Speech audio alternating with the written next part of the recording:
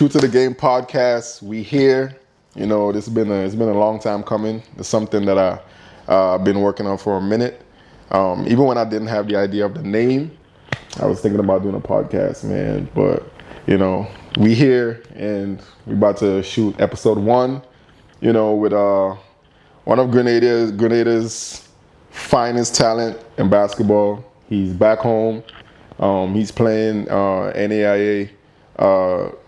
What division? D1. D1. Mm-hmm. Yeah, D1 NAIA basketball in the U.S. At the College of the Ozarks, man. So we got Tyler Jeremiah here. You know, I train him as well. You know, so I'm gonna let him introduce himself. You can tell the people, you know, who you are. You know, a little bit about yourself, so people can get acquainted with you. Feel me? Yeah, as Kev said, I'm Tyler. I guess everyone watching may know me or have seen me before. What can I say? I grew up in St. Paul's, Grenada. I live in Richmond Hill right now with my mom, grandmother. I attend C of O, College of the Ozarks, Missouri. I just finished my freshman season, heading there again for the sophomore season, preparing with Kev. Yeah. Facts, putting in that work. Yeah, I hear it, you know, from the man himself, you know what I mean? But yeah, appreciate you coming through and doing the first episode. You know, I've been always supporting everything I do. You know, I've been like last year was the first time we actually met. You know, face to face. Yeah. But now it feels like, bro, we've known each other for a long time. At least 5 years, bro. And I think what's really dope though, even when you went over college, like we kind of still keep in contact. Mm-hmm. The fact that you hit me up asking for certain advice, I check in with you every now and then. You know, when your games are playing, I'll tune in on you when you play, bro. Mm-hmm. You know what I mean? Yeah. But yeah, man, I really appreciate you coming in and shoot episode 1. You know what I mean? It means a lot. And yeah, the direction we want this podcast to go. I just want to hear about your journey, bro. Like, you know, everybody's journeys have like ups and downs. You know, there's nobody that has a straight path or a straight line when you know they're embarking on a certain path or, you know, goal or whatever they do. You know what I mean? So what really got you into basketball, bro? It's a great question, bro. So growing up back home, it was a lot of like, you know, cricket in the road, football in the road. It was never hoops, bro. Like, Facts, yeah, bro. it was just like running, who faster than who, like cricket, football. Like that's basically our culture, right? Basketball was never like. I mean, I always knew what basketball was because like all my uncles, I lived with only men like growing up, so all of them big guys went to sweat, you know, play basketball at St. Paul's Court, and there was a point in time where, you know, each man like hits puberty and, you know, you can only tell the potential in terms of height, and everyone like dad will bring me here and everyone will be like, oh, he's getting tall, like, you know, what do you do, what sport you play, and then I'll be like, just to be cool or anything, I'll say like, yeah, I play cricket, like, and I didn't play a lick of cricket, bro, but he just said that. So like people like always told me like, yeah, you should hoop, you know, you got the height for it, and graduated from St. Mary's Junior School, Form 1, played around a little bit, realized that I liked it. Form 2, played for my first team. Then let people know, bro. What secondary school you went to, bro? The best. All right, man. PVC, Plantation Brothers College, boy. But yeah, Form 2, played for my first team in German's tournament for the kids. And Mr. Elcock saw me, asked me my name, talked to my mom, told me he wants me to play for Tornadoes' club, and let's took off from there. Yeah, so you can say I started playing ball at like grade 6, Form 1. Form 1, okay. So the video, cause Coach B is my mentor, my trainer, who really, you know, make my skill get to the point where it is. And he's been training you for a minute too, though. And he always shows the video. Yep. At what? Were you in secondary school already when he was? Yeah. Coach B is the guy, like just like you. Coach Elcock, he really embedded in me, like, you know, the passion, the love for the game, like being there every day. Coach B was the one who like took me and kind of molded me, or kind of made me understand, like, okay, this is where I need to be at next year when he comes for the summer. That's what he do, bro. Exactly. Yeah, that's what he do. It was always, okay, train with Coach Elcock and wait for Coach B. Feel me? Work out with him for like five workouts, and I get 1% better each workout. And it's been a cycle for 5 years, the entirety of secondary school. It's funny how you say that, because the 1% better thing, that's keep tripping on the phone. That's what he always tell me that. That's why I noticed some of the younger guys say the same thing. All of them who train under Coach B, because for the on the 19 team that's going to the UK, some of the guys on that team, I hear them saying about the 1% better thing, and Coach B was the first person I hear say that. Me too. So that's how I actually approach everything that I do. You know what I mean? And yeah, man. Those who don't know who Coach B is, Coach Brandon Bain, he's one of my. When it comes to like the work and, you know, pushing players to reach to their full potential, he's the guy, man. And, you know, he's the one that most players that have a lot of respect for. When he speak, everybody kind of like just be quiet and listen. You know what I mean? And the conversation always comes up, like when me and him are speaking about like where you supposed to be in terms of like talent and skill. He sees you at. I know we spoke and you told me about you're supposed to be out of here a long time ago, even when because of COVID. We'll talk about that. It's right. So yeah, man. So we always have this talk in terms of like work ethic and players that he'd been working out, training for a while. Every time you come back home, and you're always a name that's mentioned together with a whole bunch of other people. You know what I mean? So what I want to ask you though, when it comes to the work that you put in, because I know for me, when I trained with Tornadoes and Coach Elcock, it was always team training. Yeah, team. You know, and when I joined, at that time we only train on Saturdays. You know, I know you mentioned like you train with Elcock, and then probably like in the afternoon or afterwards you go train with Coach B. So was it team training with Tornadoes, or was it one-on-one and then you do another one-on-one session with B? So Coach Elcock, he used to like put me in some individual workouts sometimes, but most of the time it was always, you know, a lot of runs, a lot of, you know, live basketball, stuff to get you better, you know. But yeah, it was mainly team training. With Coach B, it was strictly individual work. Like Coach B always had me by myself, like since I was 15 years old, by myself, so he can, you know, pour into me and dig into me, you know, like. So it was more of that, you know, techie stuff with Coach B. With Mr. Elcock. Mr. Elcock is more of a, you know, what I say, like a basketball teacher, you know. Yeah. Coach B will make you into the player that you're supposed to be. Coach Elcock as well, but more so Coach B. But you know, I mean, you say about he's more of like on the basketball teacher side, and he's actually a teacher. So you know, it all kind of makes sense. Yeah, it all kind of lines up. You know what I mean? Because I know, like, the reason why I ask, when I had joined Tornadoes, it was always team practice, like I said. So the individual work, I didn't have Coach B, you know, at my disposal where he could. Yo, bro, if Coach B was training me like at a young age, I probably would have been in the league already. I swear.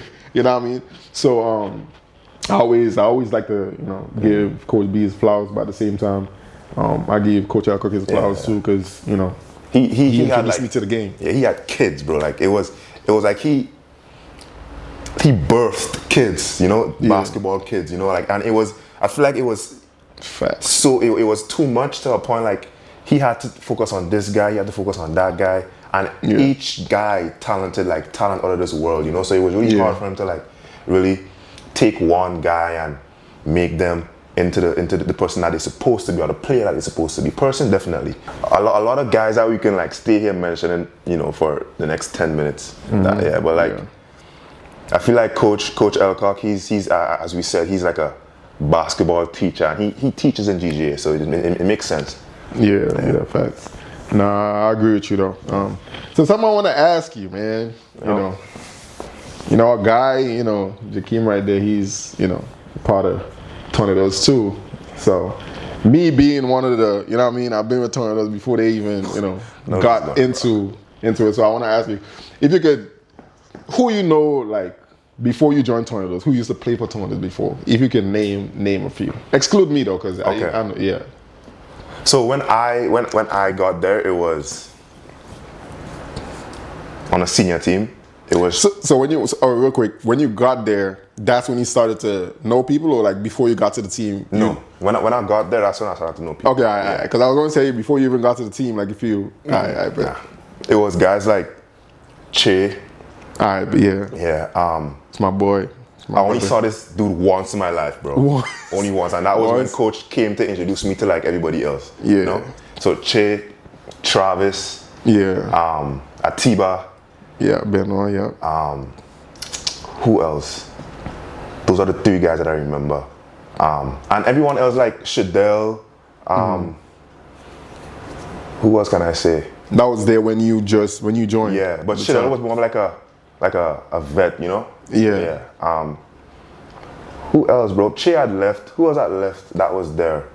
See, I was not there when Akeem was there. Akeem Robinson.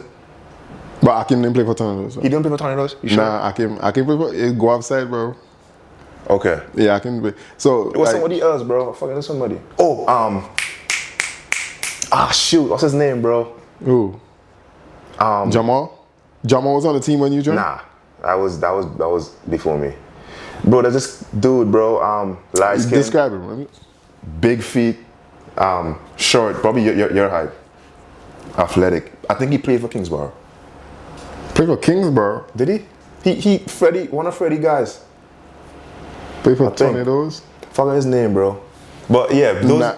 Okay, I agree. Those guys, bro. Because I'm trying to think on the top of my head. Yeah.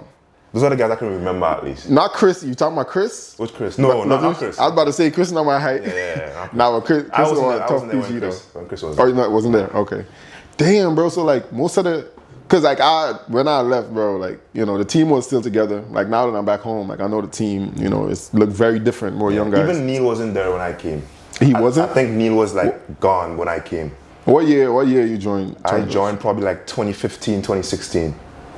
Oh, okay. Yeah. Crazy. You joined 2015. That's the year I left on my scholarship. Right. So, that's crazy. Man. I only know about you like why when the more we played basketball, because I always mention yeah. Kevin will come up. Yeah, but that's good, man. I just try to put you on the spot a little bit, see how much those players, Only Che and Travis, bro. That's who I can remember. The guys who really stood out the most to me, I guess. I ain't gonna lie, you have me stuck on who this light-skinned dude who's my height with big feet. You say he's athletic though? Athletic.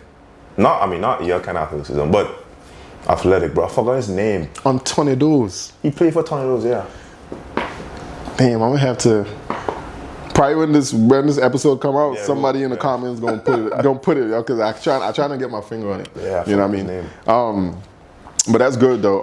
Something I want to ask you, and you could just shed some light on it, because I know my fair share of ups and downs that I went through even before going to the US, like how I got to the point where I'm at in terms of like development and skill. I know I don't want to say I can't really speak for everybody. You know what I mean? I know you have your own journey, so I want you to tell us like how challenging was it though?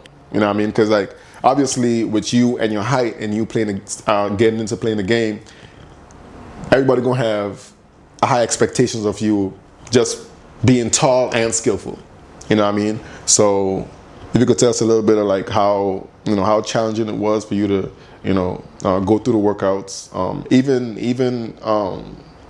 on a personal level, you know, if it comes down to you getting to the court or making time to work on and stuff like that, if you could, like, you know, share that part of your journey. Yes. So I was God blessed me with very supportive parents. So It's big. yeah, my mom and my dad poured into me that, like, the minute I told them that I wanted to take this basketball stuff, like, really far. That's good, Yeah. bro.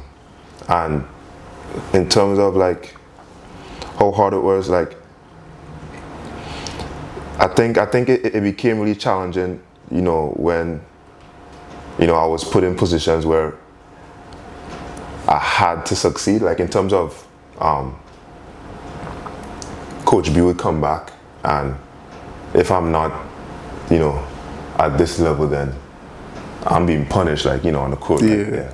And just stuff like that. It was really hard for me to find, like, you know, as a student athlete, like, balancing that school stuff, because obviously PVC has a very high academic standard. Right. There was that, then there was stuff in school, then there was stuff on the court, then there was, you know, preparing for the summer. Like, just the most challenging thing for me was time management. Time, Yeah. right. And it had made me, you know, have to sacrifice a lot of stuff. Like, I didn't have a lot of friends. Like, I didn't go out too much, you know. Yeah, it was literally just basketball. Like, someone would ask me, like, yo, what else you like besides playing basketball? Like, bro, at that age, I didn't know. So like, it was just hoops. And I had realized probably, like when I the more I grew up, I realized that, okay, well, nah, this can't be it, bro. You know, like, I need something else. And that's when I started to, like, you know, kind of come out of that shell, that circle of, you know, just hoops, and really learn how to manage my time. And grades started to, you know, get better. And Freddie was another guy who made me understand that, like, yo, it's student before athlete, you know, like. Coach B always preaches that too. Yeah. And it was from him too. But Freddie and Coach B basically same person. Yeah, true. But yeah, he was one of the guys who made me realize that, yeah, like, you gotta get your grades up, man. Like, and this basketball stuff, as what we talked about the other day, it's a priority, and that the student part, that's part of basketball as well. So for me, it was just managing time. That was my struggle. Everything, the basketball part was fine. Like, everybody expected to go through some stuff, basketball wise, but in terms of, you know, managing time, that was the hardest thing for me. That was it for you. Yeah. I mean, like, that's so important though. A support system. You know, a lot of people, you know, they say, like, you know, it takes more than one person. You know what I mean? Yep. To, you know, to get to the top. And, you know, some people could say, like, oh, they did it on their own, but most people will get some type of help from somebody. Yeah. Nobody, you know, do everything on their own. Yep. To any degree, you know what I mean? Yeah, the reason why I just wanted to share that because you know, basketball wise, one of the biggest thing for, you know, talented kids, sometimes it's raw talent. Most of the time it's like kids don't have, like, basketball shoes, or sometimes knowing, like, track and field, football is a more recognized sport in Grenada. So when it comes to the parents or people in the community, you have, obviously, you know, basketball have its own, you know, fan base or people who support it, but there's not much people get scholarship from basketball to go out there, get a free education and stuff like that. So when it comes to track, and, you know, shout out to Kirani James. Kirani put Grenada on the map.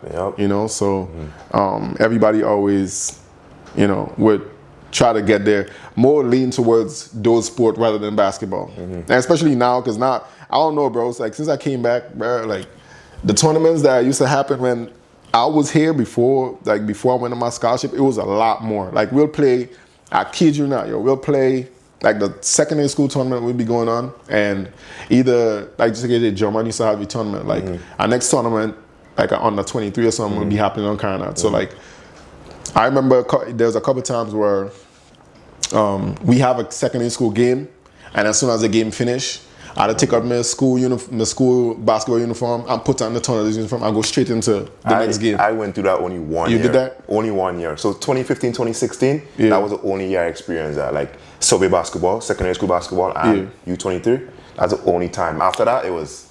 Yeah, bro. Cause like, you know what I'm saying? So like that should probably live for you, bro.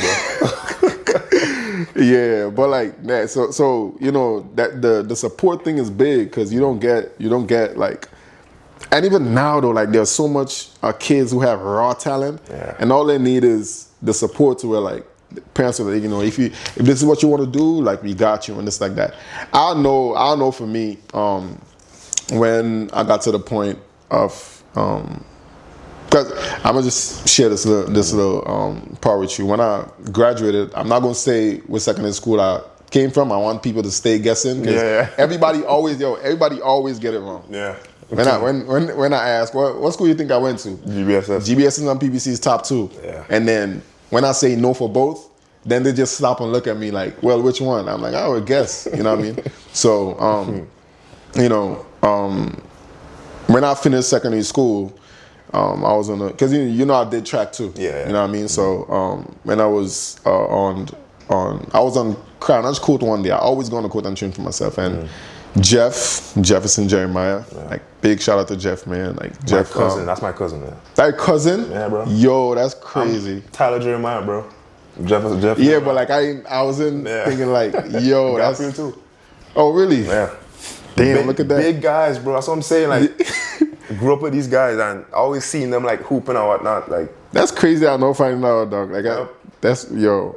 But yeah, it was a day I was training on the court and just working out. And Jeff, you know, Jeff lived right up at the court. Yeah. So he came down and he asked me, he was like, yo, Kev, like, you know, so I plan on doing. So I'm like, that time he had something they call the Imani program. You know, where the ministry sometimes, especially with some of the athletes who graduate from secondary school, they're going to send them into certain secondary school programs and just pay them stipend, you know, to help up with either the athletes and stuff. So Miss Annette Moore, you know, who is one of my former teachers, and she's a very good friend of mine as well. She kind of got me into the program to where right after school, I would be they wanted me to go to St. David's Secondary School to be kind of like on the PE program, teaching kids. And then in the afternoons, I would be training with Anderson Peters' javelin coach, Coach Paul. Okay. Yeah, because at that time, like I was doing like the hep and stuff, the heptathlon too. So they wanted to train me for that, together with high jump. And I told Jeff that, yo. The Jeff was like, nah. He was like, no, real talk. He said like, nah, yo. He said, you got to be in school. At that time, there's nothing, no scholarship, nothing in the conversation yet. So, you know, I didn't come from no family who, you know, have money and stuff like that. So, you know, but you know, my shout out to my moms, bro. Like big shout out to my moms because she really, the way she kind of like stuck it through and make sure, you know, we had what we could have got at the time. I couldn't afford to go in Time CC, so Jeff paid for my first year in Time CC. Yeah, not much people know this. I don't like. I never really tell people like, oh yeah, Jeff did this, but like, Jeff paid for my first year, and the second year, Time CC ended up getting there like on a scholarship. So we talk about the support, bro, and that's a big thing because sometimes they say it takes a community, right? Yes, bro. You know, can't do it alone, bro. You can't do it alone. Yeah. You know what I mean? So that was coming out of school. That's what it was for me. And then afterwards, while I was in there, I was still working, still hooping, and then I make the change in terms of like reaching out to schools, and I started being seen by coaches in the U.S. and stuff like that.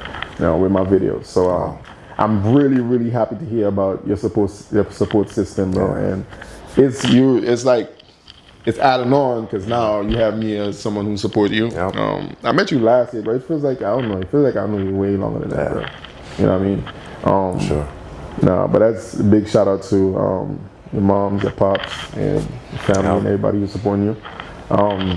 So tell us, bro. Like I want to get into you getting to the College of the Ozarks? Like, how did that come about? Yeah, so another big name I'm gonna shout out to at the end of this, but like, you want me to tell you everything, like from 14-year-old T? Hey, listen. Yeah, like Let us know. At 14, bro, like it wasn't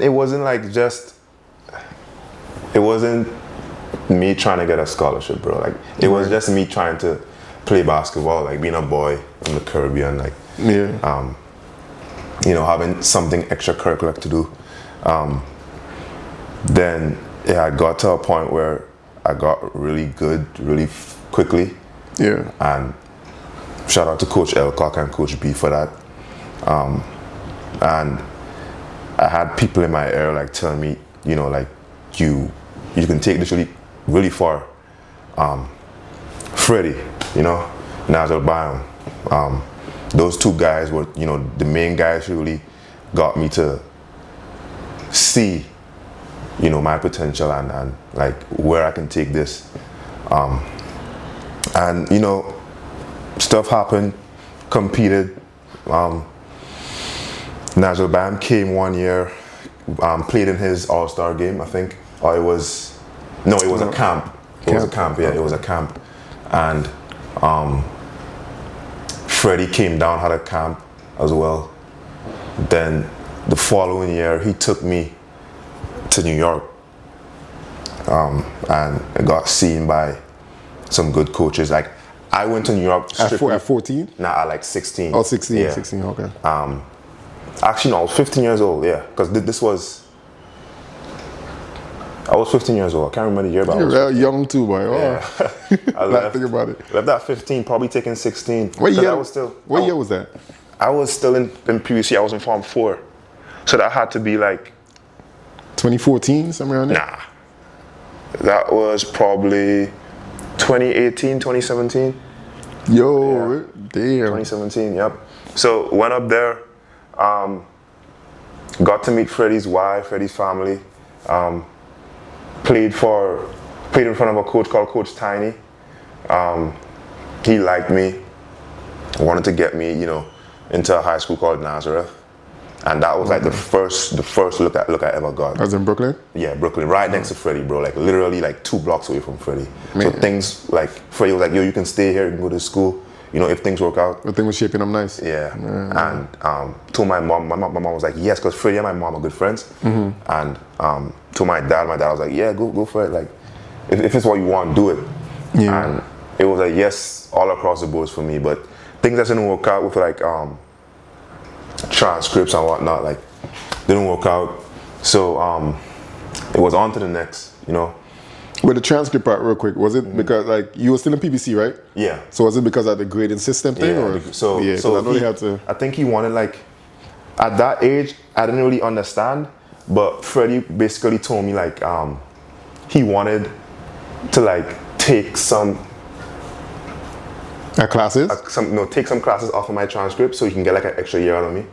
Oh, yeah, okay. That was like kind of hard to do. Yeah. So can't fake that. Bro. Exactly. Yeah. So Freddie was like, yeah, well, kill it. Like that doesn't make any sense. And you would have had 1 more year. I would have had like 3 years in high school or 2. Yeah. If y'all did it that way. If I did it, yeah. Okay. Yep. And that didn't happen. Then after that it was Nigel Byam. Like I had turned 17 at the time, and Nigel Byam had a really good friend. I forgot his name, but he had really good links with a school called Our Savior Lutherans in the Bronx. Okay. They're signed over to OT right now, Overtime Elite. That's tough. Yeah, so it was a really good prep school.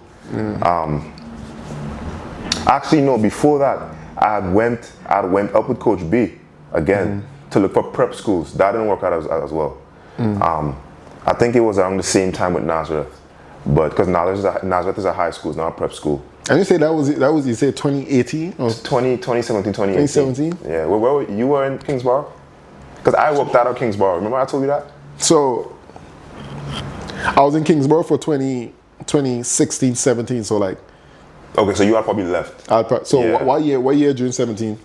Say that again? What year during like 2017 did you? What year? I mean, what month? Sorry. What month? What It was the summer. Summertime. So it had to be 2018 then. 2018, because Yeah. I was in UDC at the Yeah. time. Okay. So it was, because you weren't there. He always talked about, I think your name wasn't in the Raptors or something like that. Not for. I don't think it's for Kingsborough, but for UDC, my picture's on the wall. Though. Okay, yeah. But yeah, because I'm hearing you talking about you've been in Kingsborough back and Yeah. forth, like in the US. I'm like, yeah, I've been. How are you? Bro, that I was there for 2 weeks, and every day I was in Kingsborough with Kingsborough, yeah. Yep. But yeah.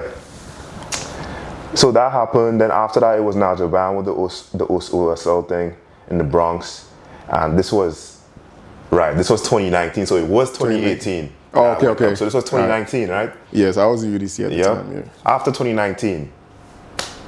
So I got right. Yeah. So bro. I got like a half scholarship to go to ASL, OSL, sorry, and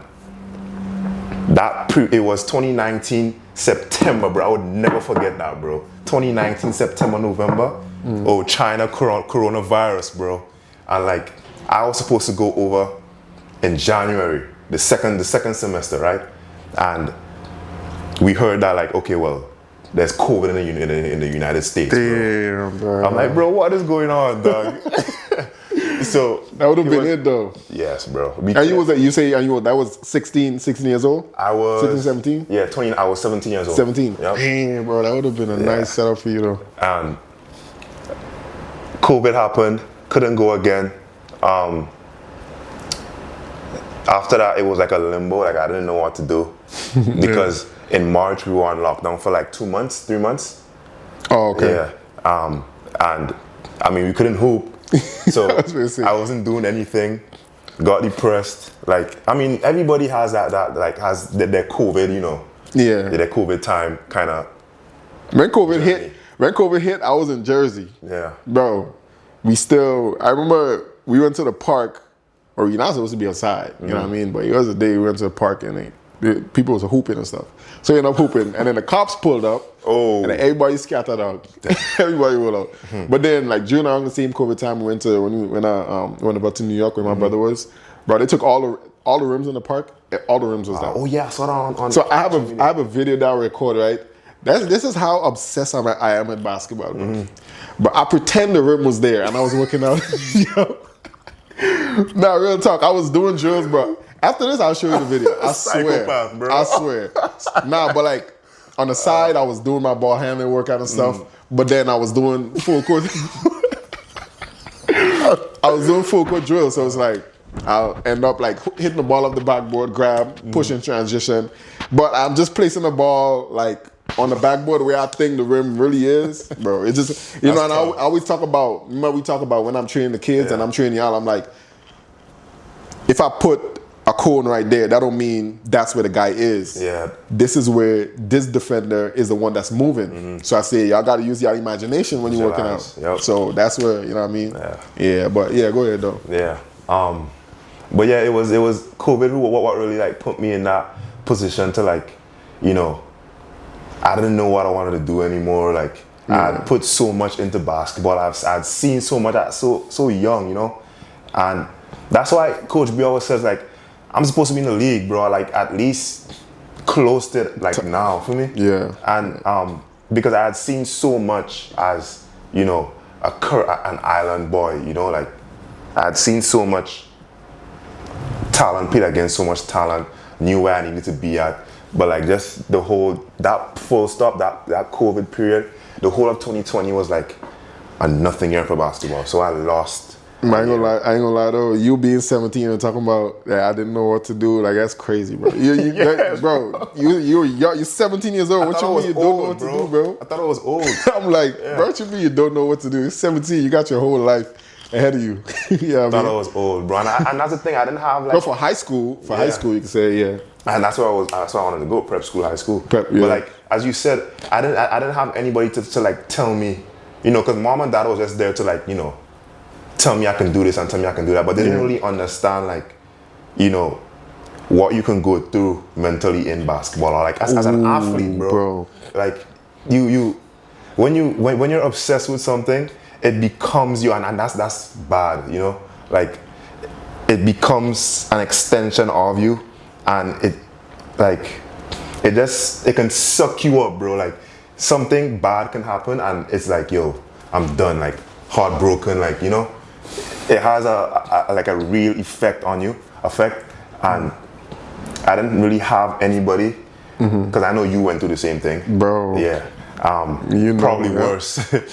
But I didn't have anybody to like tell me, because Coach B's gone, Nigel Bam's gone, Freddie's gone. Yeah. I couldn't see Coach Elcock, like, you know. If you had known me at the time, Yeah, knew bro. me at the time, like, yeah. Yeah, and I just didn't really have anybody to tell me, like, yo, you're good, like, you're 17 years old, like, you don't have to worry about anything, you know. You can restart.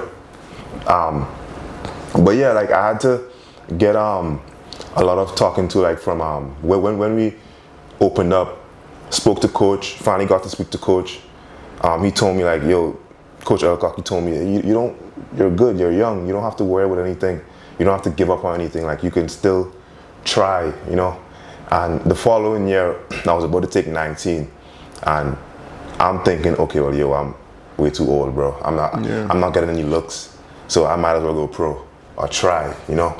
And I had family in Sweden, as you know, and I was gonna try to like start my career there.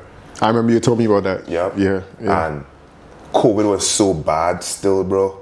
Like, I went to the UK to catch a connecting flight to go to Sweden, and while I was on that 9-hour flight from Grenada to the UK turned red. Remember those colors, bro? Yeah. Red, yellow, green, like where you can like tell if a country's like safe. Yeah. Bro, the UK, well, England On flight.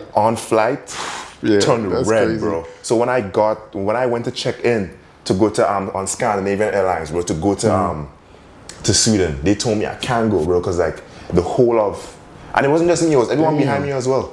Like the whole anybody flying from England has to go back home now. It's crazy. Yo, so you gonna have to stay on the airport I and just stay on the airport and like, I didn't have anybody in the UK, so I come, my mom is freaking out, and then my mom's friend's friend, so not even my mom's friend, my mom's friend took me in for like 6 months. So that was 2020. This was 2020. It was 2021. 21. Yeah. 21 and Yeah, because the whole of 2020 I was home. Feel me? Oh, okay, Yeah. okay. No, because I'm thinking about, like you saying, like the UK turning red zone, but I'm like, kind of when I was in the US, like later down in 2020, like places started to slightly like open up a little bit, and like COVID's finishing like 2022. I'm just saying like he wasn't. I didn't thought it was that bad in other The places. UK was bro. worse, bro. It was. I caught COVID 3 times. Damn, 2021, and it was still. Yep, 2021 going to 2022, because I came back home in 2022. After that, because I couldn't come back home because the UK was red, and in that 6 months they had turned yellow, and I had an opportunity to go back home, but I wanted to stay because I met a guy called Michael Ananobi. We call him Easy, and he gave me like free gym access. Like I could have worked out anytime I wanted to, so like I was just staying there to like get looks and try to go pro in England, and I got an opportunity. But it was just they offered me too little, and it didn't really make sense, you know? Yeah. So. Did you catch COVID though? 3 times, bro. 3 times? Yep. Yo, listen. I got Megatron, what do we call it, bro? Like Yo, twice, bro. No, listen how crazy this thing is with COVID, right? You know, I never caught COVID. No, listen though. I never caught COVID though. But when I took the vaccine, I get sick. Bro, I was good.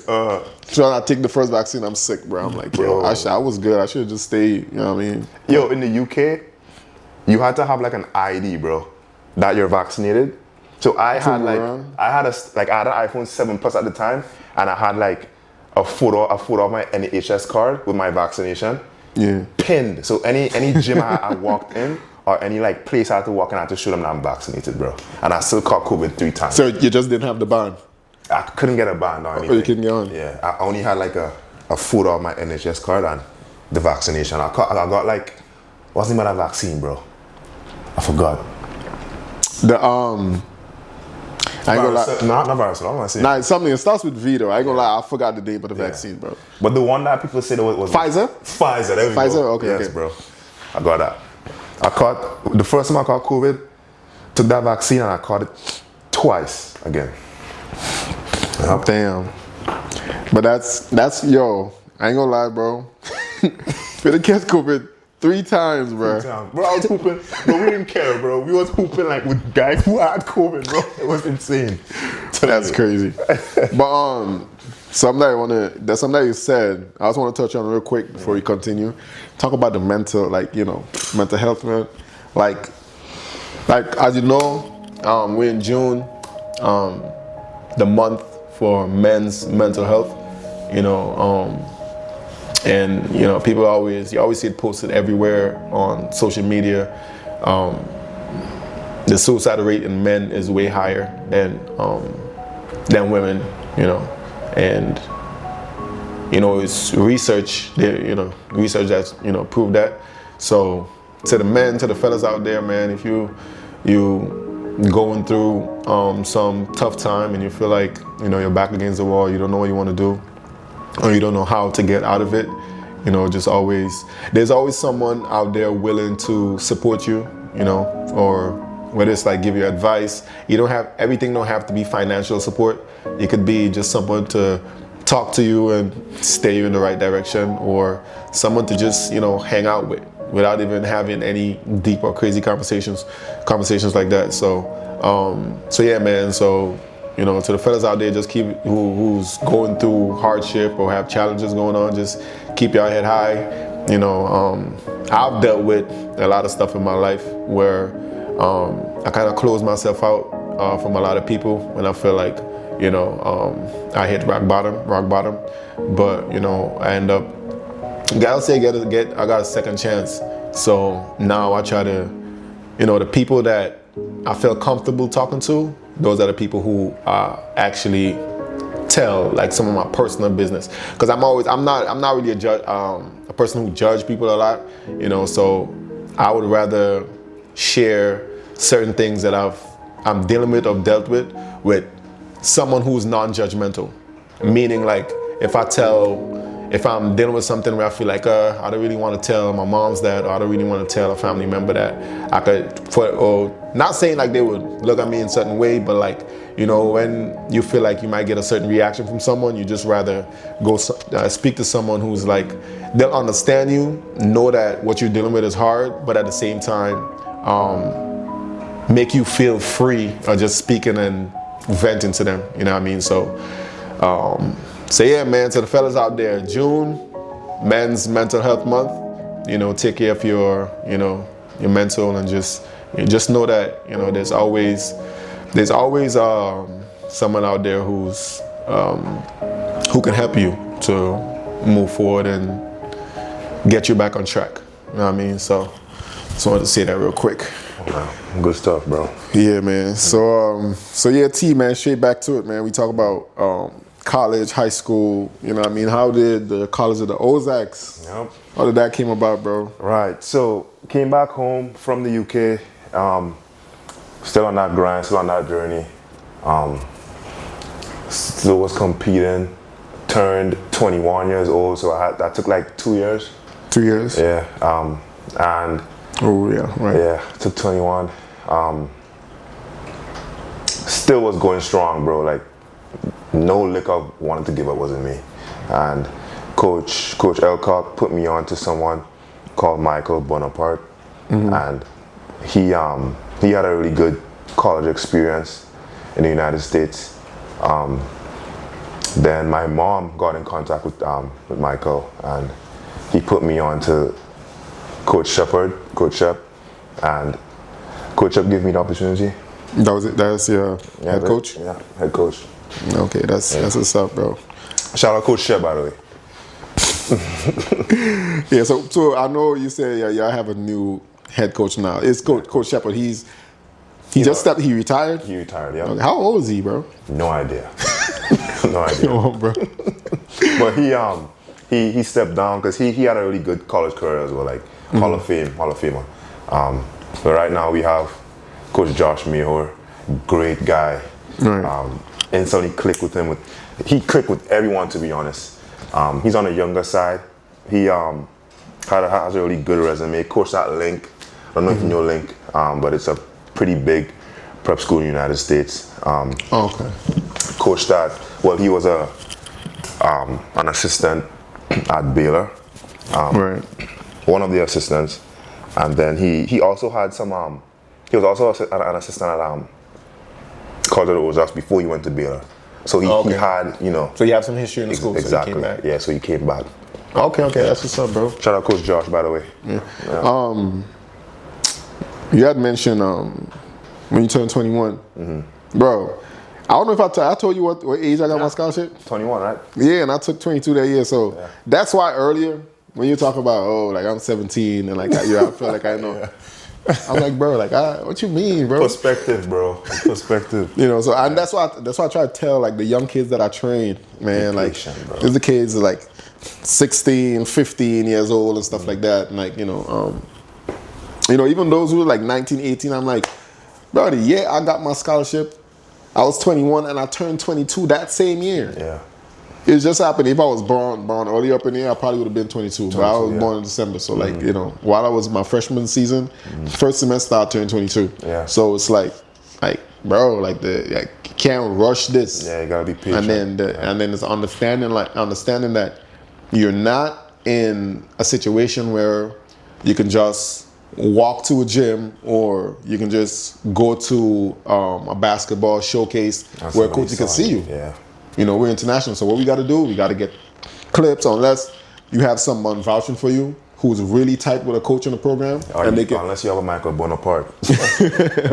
Right. Yeah. You know what I mean? So like, so yeah, man, like, you know, 21, like, and you go up there and it's, bro, free education, yo. Free education. Scholarship, so y'all. They take care of you, dog. Yeah. Yeah, well, that's what's up, bro. Yep. So how you felt about your freshman season?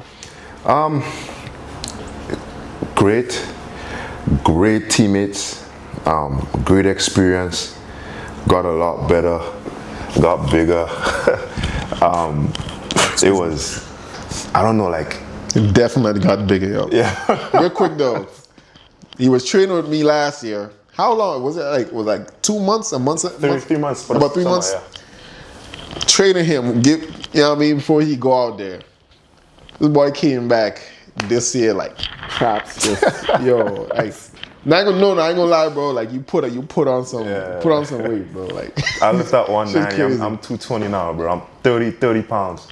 Yeah, why were they feeding me up there, dog? Like, it's. I mean, it's. And I was gonna say that like it's good work, bro. Like you go there and you're gonna expect to get better because everyone around you are just as good or even better than you. Yeah. So it's like you're put in an environment where you have to get better, bro. You have no choice. You don't have a choice. Yeah. And it's that was my favorite thing, like just getting better every day, like working hard on my guys, like going out to eat with my guys. Like it was a really, really good experience. Like the season could have went better, but I mean, you gotta fail. And I'm not calling this season a failure, but like a learning experience. A learning experience, exactly. Like you gotta go through those roads to, like, you know, come back and go even harder, you know. So it was definitely. I'm not gonna say that it was a bad season. It was great. Like I grew as a person, I grew as a player, and I met amazing people. Got closer to God. Like it was really, really good. That's good, man. Yep. And how was the campus life? Campus life, amazing. Everyone's so nice. Obviously, as an athlete, sometimes people think you're like stuck up or you know, full of yourself, but cocky. Exactly. Like, like people there, they did. It wasn't that kind of culture. Like everyone's so together at C of O. They love you. They care for you. They portray Christ-like character. Like it's an environment where you must, like, you don't have when I say you don't have a choice, like it's so nurturing and caring. Like you're gonna get closer to God, and they're gonna meet great people, and the campus life is amazing. I can't say much more than that.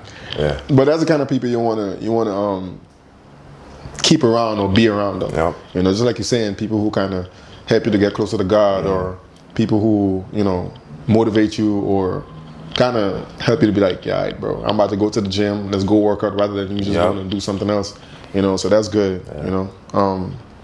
Yeah, but the campus life is always, especially freshman year, is always like a, I don't want to say culture shock though.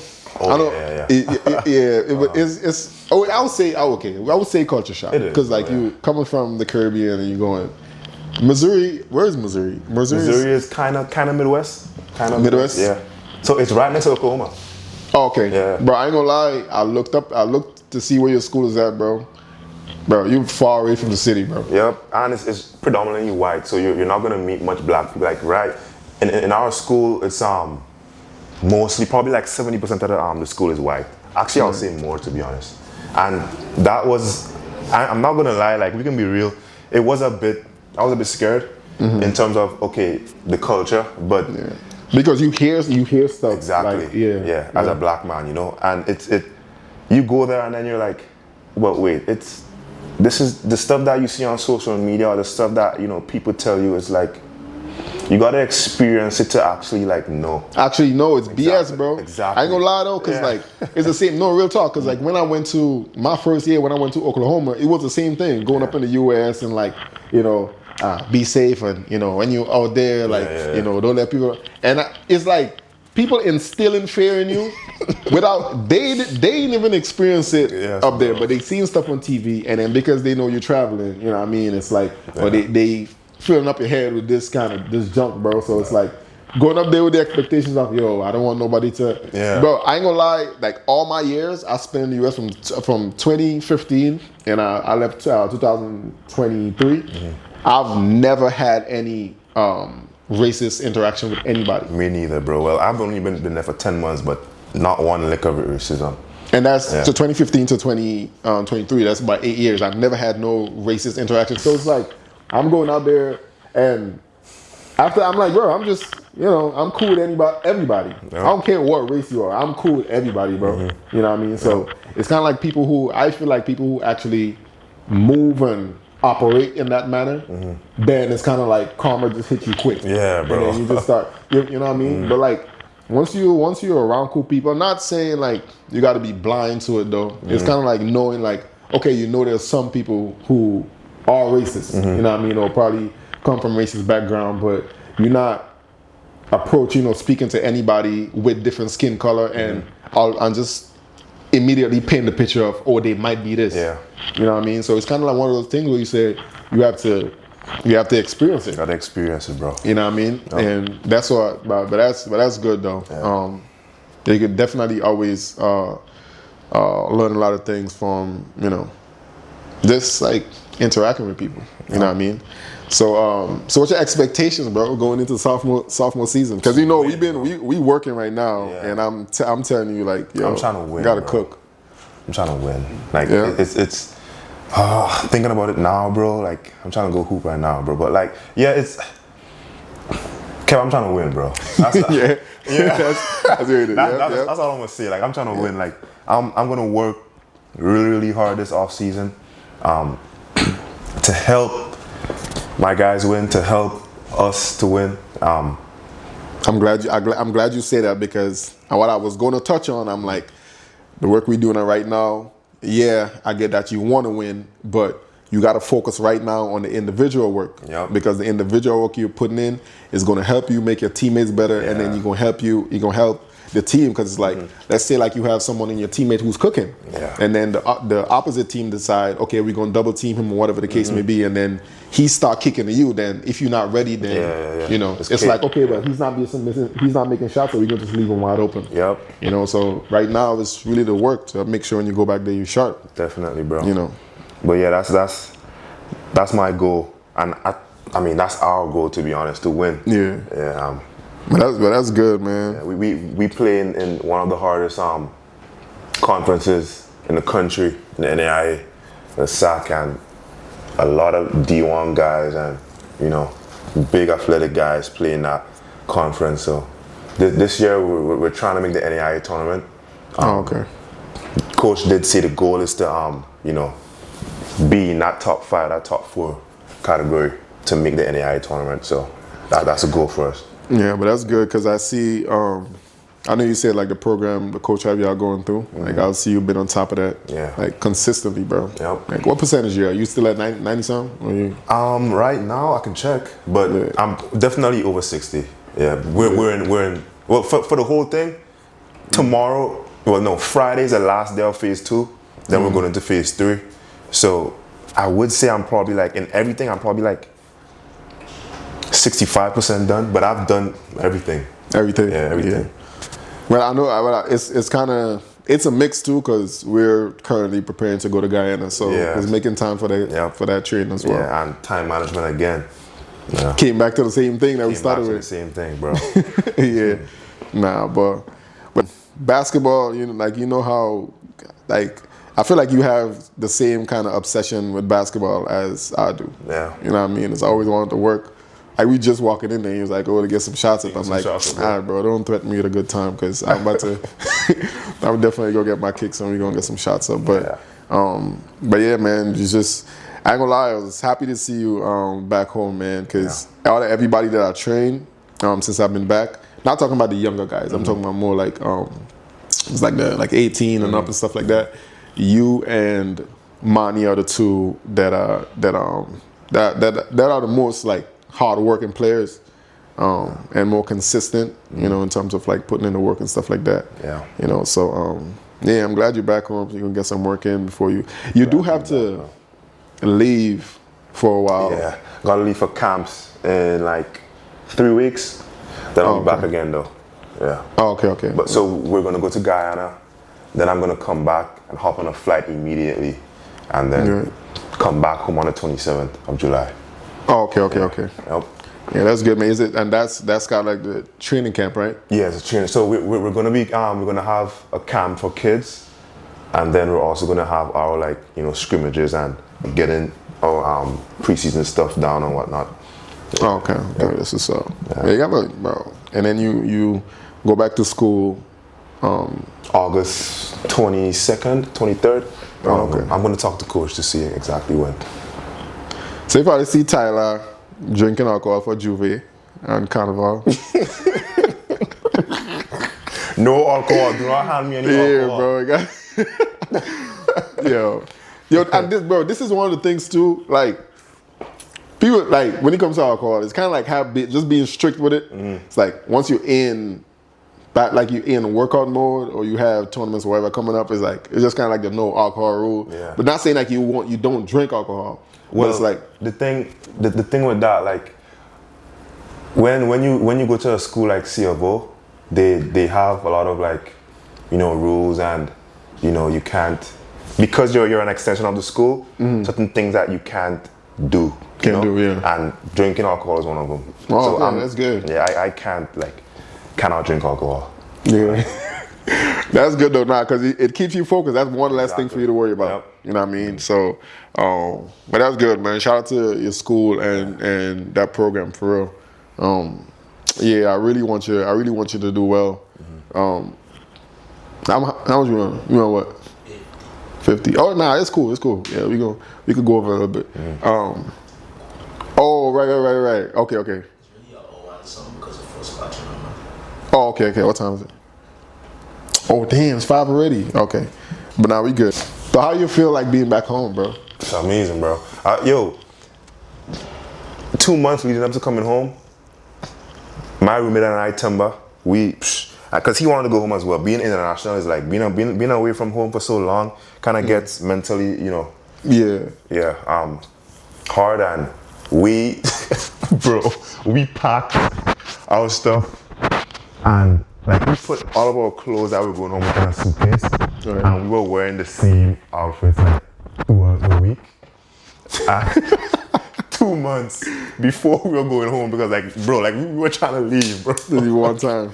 Yeah, but yeah, I'm happy to be back, bro. Man, reset, meet everyone, enjoy the beach. I know you did tell me you're back home and you're just kind of feeling a little bit too comfortable. Yes, bro. That conversation. It was hard to start again, Yeah, but when you're up there, you only work. But like I told you the last time when we had worked out, I was like, yo, the best feeling you can have is working out on a day you don't even feel like doing it, bro. Yeah. Because like I said, if you don't feel like leaving the house, or you don't even feel like lacing up your shoes and stuff like that, and you actually can't come to the gym or come to the court and you work out, not only that it feels good, like when you do feel like working out and you're in the mood, like you'll definitely give more than 100%. Yep. You know what I mean? So right now we're gearing up to go Guyana. I think that's the next thing on the, you know, next week and a half, 2 weeks. Yeah, the next 2 weeks, getting ready for that. Yep. You know, but Tyler, bro, T-Man, you know. T-Man. The new nickname, bro, T-Man. I used to call him Reps, but I'm like, you know, we always talk about that. Like, try to get bro. In the bio, yeah. But I'm like, Reps not sticking. I say, yo, I'm gonna just call you T-Man, bro. Yeah. So T-Man, like, appreciate you coming to do episode 1, bro. You know, that's what you know, true to the game, man. Some parts of your story, it's crazy that we did this. I didn't know you was related to Jeff and Garfield, bro. Yeah, that's crazy. So that's you know, you get to share some of your life, you know, with the people, and you know, just, you know, you always have me in your corner, you know, and I wish you nothing but success, and I want to see you flourish, especially going into your sophomore season. Yep. You feel me? Yeah. So again, my guy, appreciate you coming through. That's what happened. You know, True to the Game podcast, bro. Episode 1, finally going to be moving forward with the podcast, and you're gonna stay tuned, bro. Yep, you know, definitely. when this shit come out for me. So we're gonna wrap this up here. You know, just want to tell y'all, stay true to yourself, stay true to your journey, and stay true to the game. Stay true to the game. I already know what time it is. That's tough, bro. Yeah, it's tough. No, bro, remember that? That was the. Oh, yeah, I had it. I wrote that down. Yeah, bro. Tough, Yeah, bro. so that was good, bro.